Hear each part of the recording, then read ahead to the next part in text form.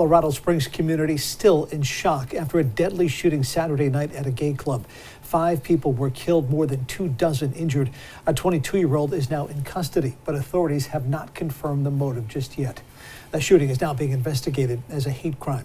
Good evening and thank you for joining us tonight. I'm John DeLuca. And I'm Tiffany Murphy. Local activists here in Rhode Island now speaking out as targeted crimes like these against the LGBTQ community are on the rise.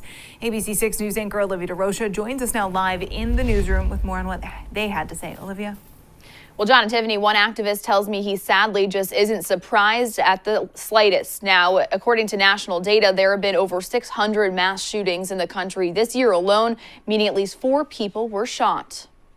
And unfortunately, going out and having a good time is not a safe thing for them to be able to do. Local LGBTQ plus advocates now reacting on Monday, days after at least 5 people were killed and over 24 others injured after a gunman opened fire at a Colorado Springs gay nightclub. The shooting now being investigated as a hate crime. And the tragedy is still yet to come when we find out who these individuals are that were killed, and then the individuals that were wounded, and how their lives are going to be changed, as well as the people that were there at the nightclub. Ron Richard is the president of P-Flag Providence, a local chapter of a national group that provides support to LGBTQ plus people and their families. Richard says this mass shooting came on the eve of National Transgender Day of Remembrance. Last night we celebrated the lives of over 60 plus people who died in the United States just because of who they are. Latest stats from the Human Rights Campaign says there are over 20 million members of the LGBTQ plus community